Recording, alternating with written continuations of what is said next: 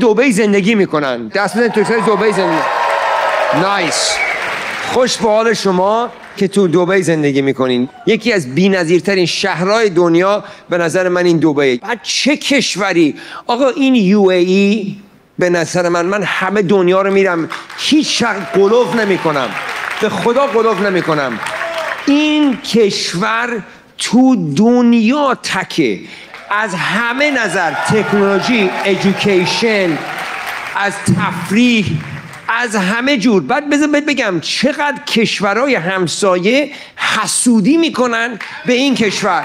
خب یکیش سعودی عربیا، آقا میخواد بشه UAE دوم. انشالله که همه کشورها بتونن رشد کنن. خب فرهنگ UAE خیلی برام جالبه، برای اینکه من اینو تحقیق که میکنم میبینم اینا اگه اون فرهنگشون غنی نبود نمیتونستن.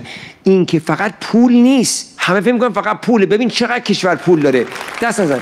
کدوم کشور، بذار خیلی مهمه اینو بگم برای که هممون ایرانی هستیم و ما ایرانی‌ها خیلی از خیلی نظرها، اینو نمیگم برای که مثلا بخوام به خودمون چیزه، ما هم آدمایی هستیم که فرهنگمون واقعا بیوتیفول، یعنی فرهنگ ما از نظر معنوی، شعر، از نظر